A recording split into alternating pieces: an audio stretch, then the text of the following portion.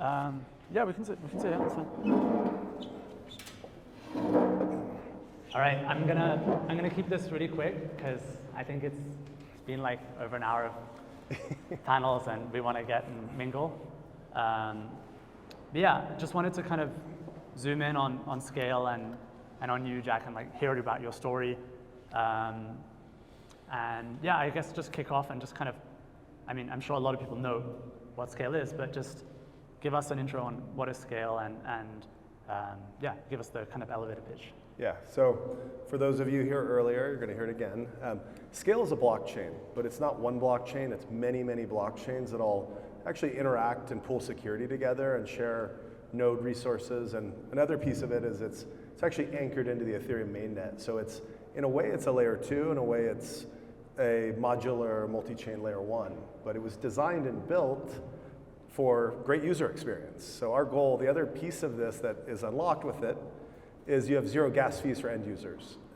Because there's chain fees, the way the system works and the architecture works, we essentially are able to let developers rent piece of computation as opposed to individual players having to pay individual gas fees. So the unit economics are better, just opens up a lot of really cool on-chain use cases, and gaming is one of the best areas for that. Cool, and I think you've been doing this for quite a while now. I think you started in 2017, if I remember correctly. So tell me about that Genesis story and like how you got started and like what was your motivation as a founder?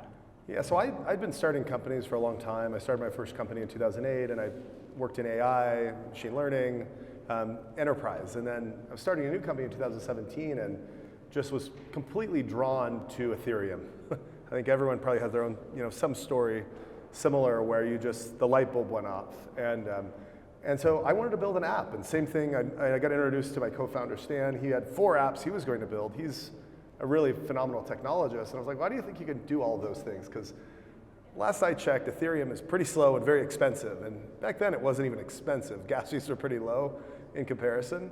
But Stan had designed the scaling architecture to essentially help him scale Ethereum applications. And we said, hey, let's go bring this to developers. Let's go help them. Let's help mass adoption come around. We started at the end of 2017, and it's rewarding. Right now, we're seeing the market really grow, and in the last month, we've had over 8 million unique active wallets in the Scale network across these 20 blockchains, and there've been over 30 million on-chain transactions. So it's cool to see builders utilize this thing that was like an idea, which you probably when you were starting Transact, had a similar experience of, let's go fix this problem, and then it feels great, right, when you actually touch the lives of people. Yeah, it's unreal.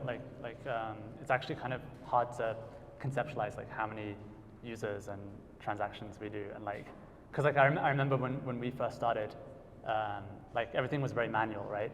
And me and Yeshu would sit, and we would have transactions come in, and we would manually fulfill them. And I was doing customer support, I was doing legal, I was doing compliance, I was doing everything.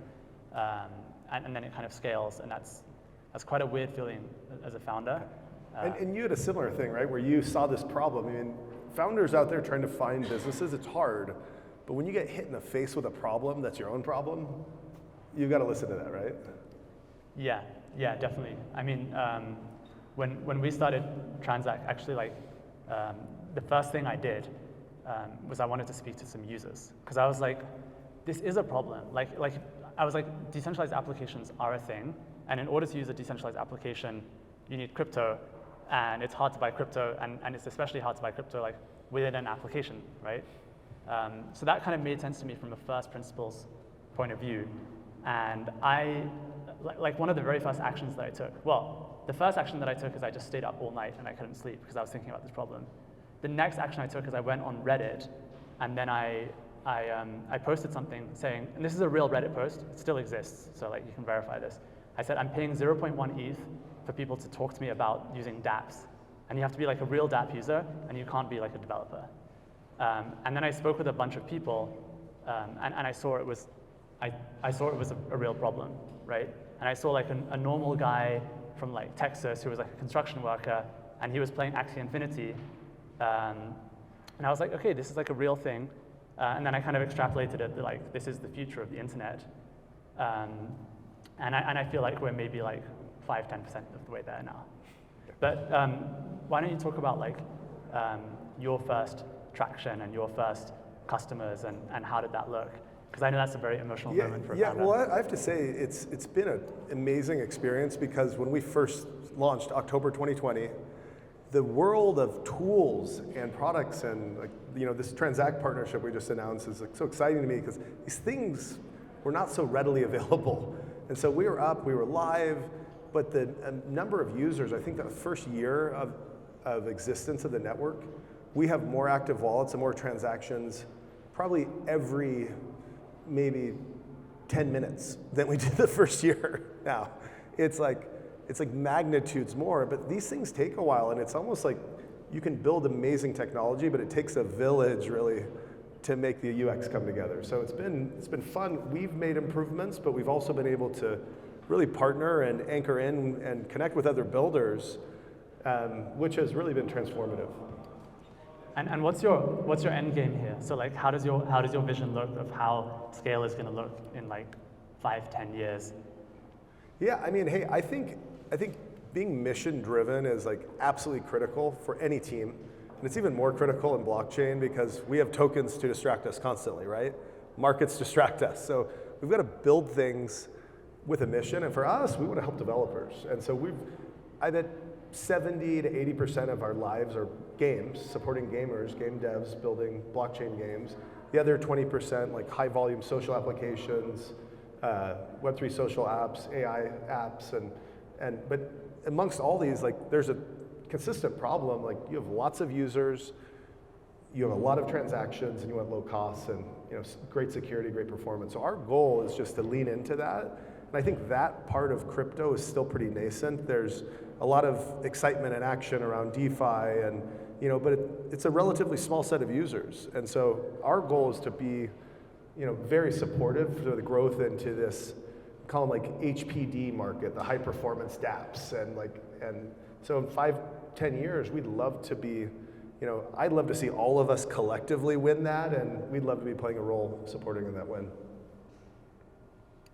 Cool. Yeah, and I think it's also very complementary what we're doing, and we're kind of. How about you guys? I want to hear. So my vision and our vision. So our vision is to help Web3 applications to be more accessible to mainstream users, and I see fiat on-ramp as like the most meaty, challenging part of that problem, and also the most compliance-heavy, and really like a lot of what we do is like risk and compliance, which wasn't on the brochure coming into this, but we have entities all over the world, we have licenses, and there's a lot of work that goes into maintaining that. My vision is that we would make that the best possible product and expand that globally, which we're already doing. And then also start to look at some of the other complementary problems. And I don't want to solve all the onboarding problems, but I want to interact with other great companies and make that coexist with other great companies like you guys. So for example, like if we want to close a really big customer, like a gaming customer, it doesn't make sense to make like the most perfect optimal on-ramp if like they're trying to build on Ethereum and like it doesn't scale. Similarly, like it doesn't make sense to make the perfect on-ramp if they don't have a wallet. So those are kind of some of the like complementary problems that we want to see solved. And then there's like a ton of other things that I'm very interested in, like identity. I think that the KYC that we do, I think KYC is super important, but I think that KYC is going to look totally different in like 2 years even, especially with like all the generative AI stuff that's coming out. The concept of like scanning an ID and like taking a selfie almost becomes meaningless when you can like generate that so easily with AI. Mm-hmm. So I'm very excited about decentralized identity, and yeah, I see a future where you have seamless on-off ramps, and people just kind of think of Web3 applications as just like normal apps. Mm-hmm. It's like you don't call Facebook like a Web2 app, right? Mm-hmm. So I think that I see a future where like it's very, very seamless, and all of those micro problems are just kind of solved. Awesome. Cool. So yeah, maybe just wrapping up, like we've got some builders in the room. and you speak with a lot of builders. So what's your advice, like having seen such a broad range of builders and seeing like all the problems they're solving, what's your advice for builders of like how to optimize for success and how to have the best possible outcome for their company? Yeah, and I'll just kind of, maybe I'll call out common mistakes. And I started my first company in 2008 and I've been doing my startups ever since. I joined a startup in 2005 and we had a big exit and I made a lot of mistakes. So it's not that I was perfect, but we get to work with so many teams of many different sizes and stages, but I think not having enough focus, you don't want to be too distracted. You don't want to be trying to do 2 or 3 things, 4 things, and you think you can, but I remember the first time I made that mistake. It's like, it just pays to be very, very singularly focused when you're starting. The other piece is don't get lazy in validating your product market fit. And that means go talk to as many people as possible. And I feel like if you really know you're solving a problem and you're very focused on the bullseye of that problem, your odds of success go up immensely. Any thoughts from you?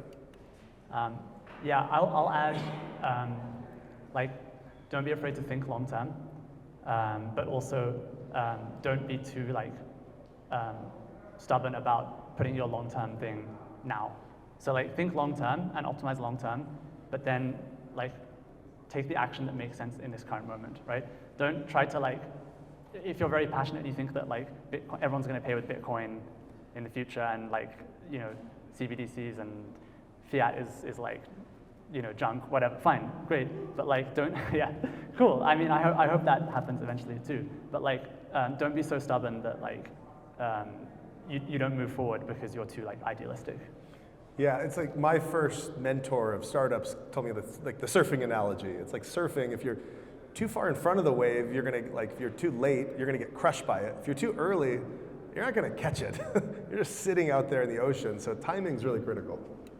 Cool, well, it's been a pleasure to have this chat, and I think we're heading over to, what is it called, Green Space? Green spaces, pints, games, food. So you go just out the door left, and then you pretty much see it. So let's party, woo! Yeah. Thank you.